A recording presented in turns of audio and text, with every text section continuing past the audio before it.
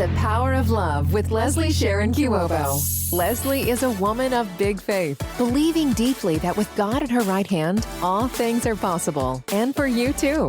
Join us as we talk about the ways we can live a life that is pleasing to God, while raising awareness on topics ranging from the foundations of a relationship with God to self-love, marriage, motherhood, and so much more. We are so glad you're here to join in on the conversation. Here's your host, author, speaker, and believer, Leslie Sharon Kiwobo.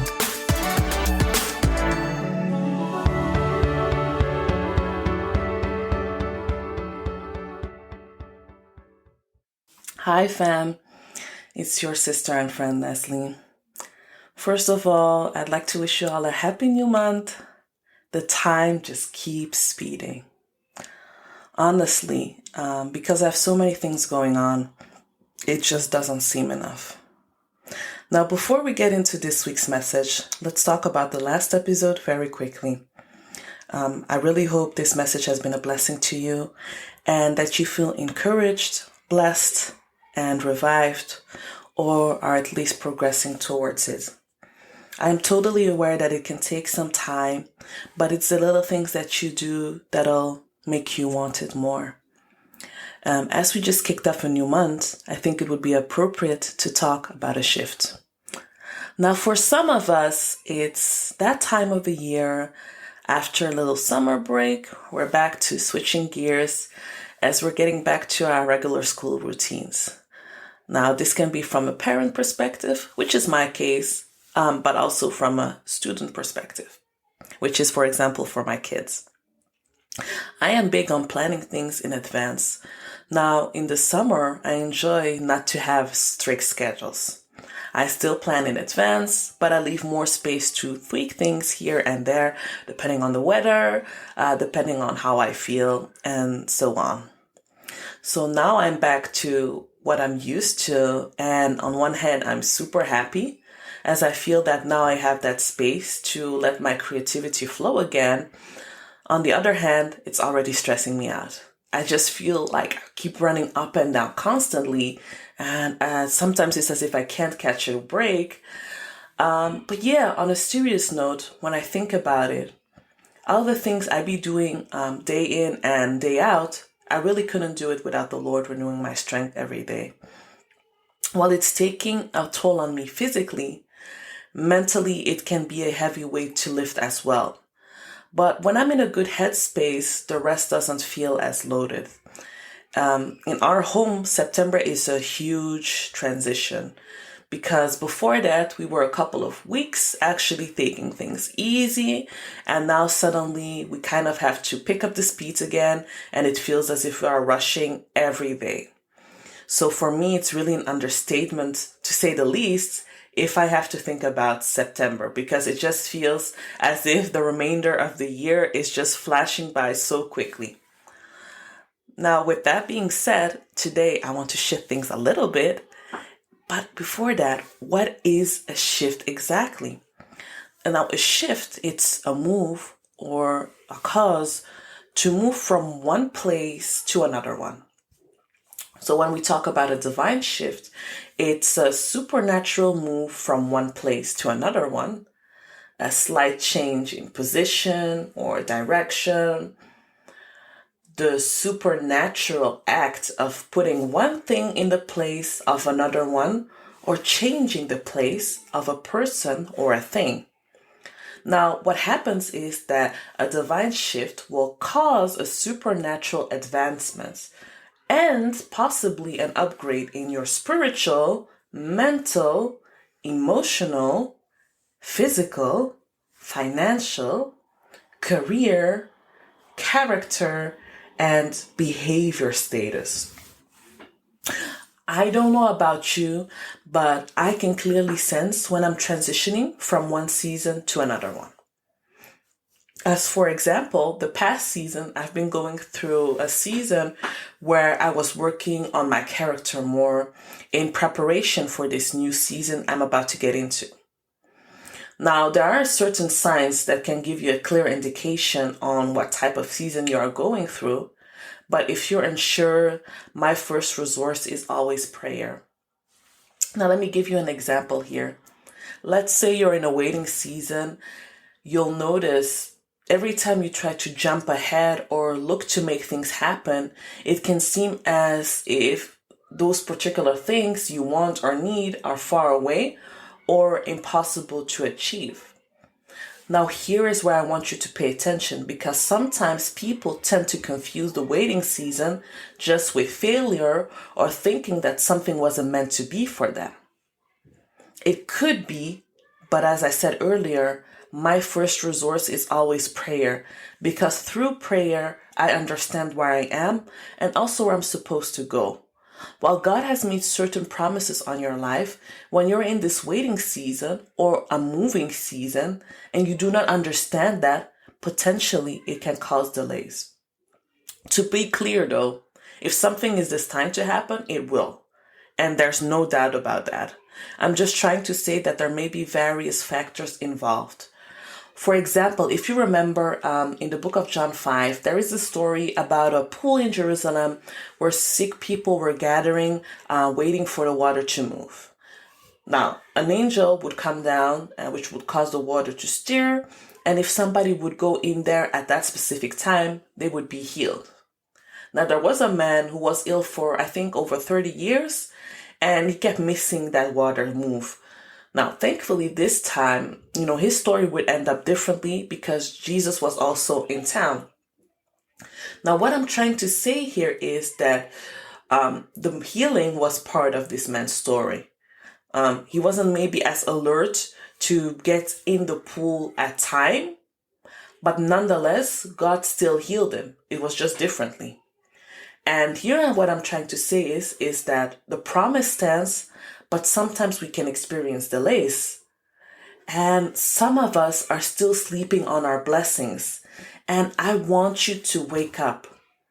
It goes without saying that you should keep your obedience in check, because some of you have been hearing the word, but yet don't decide to act upon it. Like, what is going on here? I know I keep saying this, but there's God's part and then there's ours. Own your actions. And here is where I want you to ask yourself, are you in position? You have to be prepared for your shifts. Follow God's direction, keep walking in faith. Things are going to fall in place, but don't let yourself be the cause of your own downfall. I do want to mention though that being obedient should come from a place of desire and not from a place of, I will obey to this command because I will then earn favor here and there. That's just not how it works. Now, a quick reference here to the book of Philippians chapter 2 verse 30. And it says, "For it is God who works in you to will and to act in order to fulfill his good purpose." So 2 things here. God works in you. You have that grace. You aren't in it on your own. Now the act, that's the part that you have to brave up. And I understand that's not always easy. You will not be the first or the last person that has experienced a similar situation. And I can only speak for myself here, but knowing that you have to toughen up to be brave can be scary. It can be literally scary, or just because we don't know what's waiting for us in the midst of it, or even at the side of it at all. And this reminds me of the song Take Courage. So I really like this song, and there is a part in the song which says the following: "Take courage, my heart. Stay steadfast, my soul. He is in the waiting. Hold on to your hope as your triumph unfolds. He is never failing." I love this part so much because I think it's important to understand that as you are transitioning, continue to be ready and stay ready. He is in the waiting with you.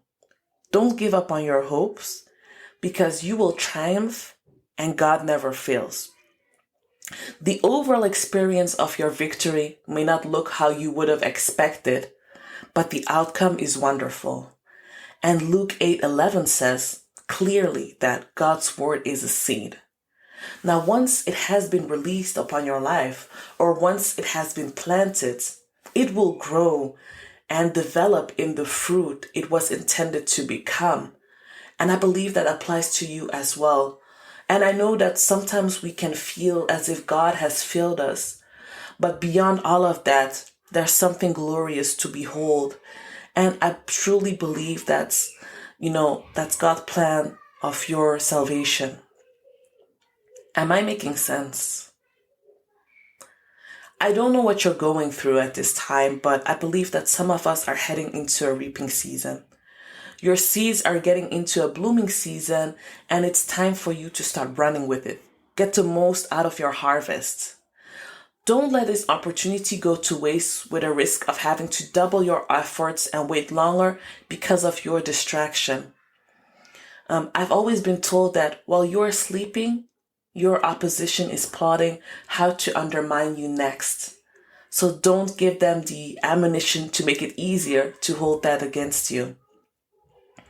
Regardless of being a Christian or not, the principle of the works of your hands continue to apply. Many things will not come at you easily. The bigger the promise, the bigger the challenge.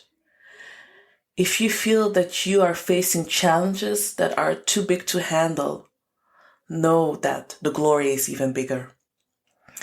Let me tell you about something that has happened to me a couple of months ago. Now, your girl is holding down the fort in the corporate world as well. And at the beginning of the year, I really started to feel unhappy. The job was fine, but I wasn't feeling as fulfilled anymore, to a point that I really started to feel depressed. I realized that it was time for me to start thinking about what's next. So I've been looking internally, but also externally. And I came to a point where I was like, I really love the company, but it seems that all the odds are set against me. So, I've applied internally. I went through all the stages, ended up not having it. Then I got a great opportunity outside of the company, and it had all the perks really that I needed and that I wanted. And somehow I was unable to finalize the deal. So people were saying, go for the money, go for this and that.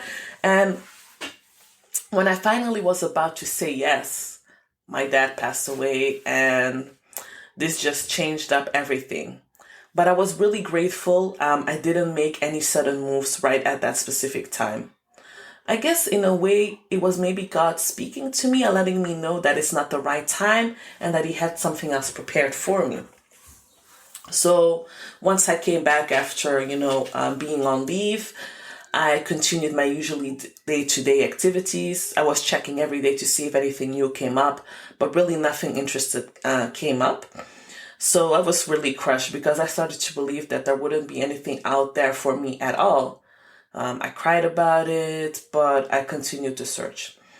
I did see an opportunity, but it was in another country. But it was really the one that I really wanted to have. And I was like, oh, of all the things that I would like to, this is the one, but it's in another country. But then I just continued to search. I saw something else. And I remembered that I knew somebody, that was working in that specific department. So I decided to reach out to her just to have a chat, to have a better understanding, because I thought that maybe that would do for a while. So we had our conversation, and as we were speaking, our conversation started to gear towards training.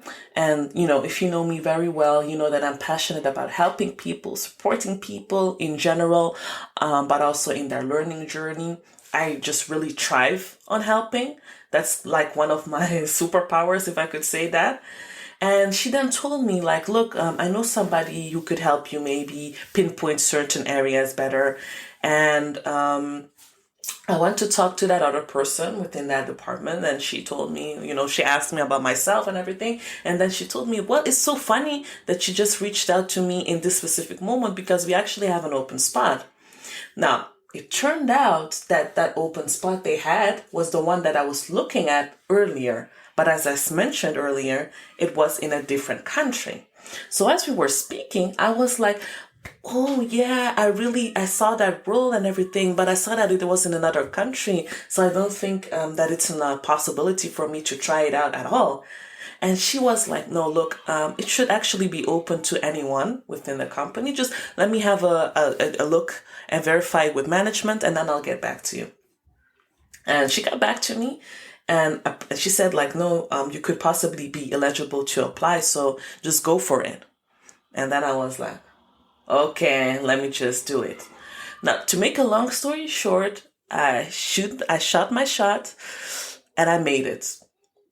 And I guess it's weird sometimes how life goes. If there's one thing that I've learned as well is to build and maintain good connections, because you never know when it may come at hand.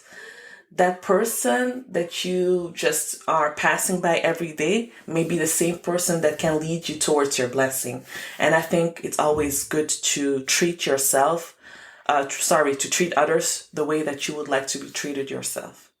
Because the world is so small and you never know really what is ahead of you. Now, when I thought that everything was done for me, God just switched up everything, and now I'm here. And I know that the Lord works in mysterious ways, and that's why I really want to encourage you to stay focused on the promise and grounded in faith. I'm leaving it at that for today. I hope this message really can be a blessing to you. Don't forget to connect with me and let me know your thoughts on this.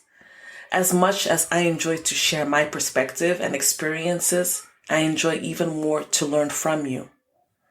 I'm tuning out for now. I'll be back very soon. Love you. Thank you for listening to The Power of Love with Leslie Sharon Kiwobo. We are so glad you've joined us. Connect deeper with Leslie. You can find her on Facebook by searching Leslie Sharon Kiwobo or at www.lesliesharonkiwobo.com. Her new book, My Declaration of Love, is available now. It is intended to encourage you and to stir a burning desire within your heart to seek God, to trust God, and let Him take care of you. Don't forget to rate, review, and subscribe so we can reach more people and so you'll never miss an episode. Until next time, we are with you in your continued pursuit for freedom with God.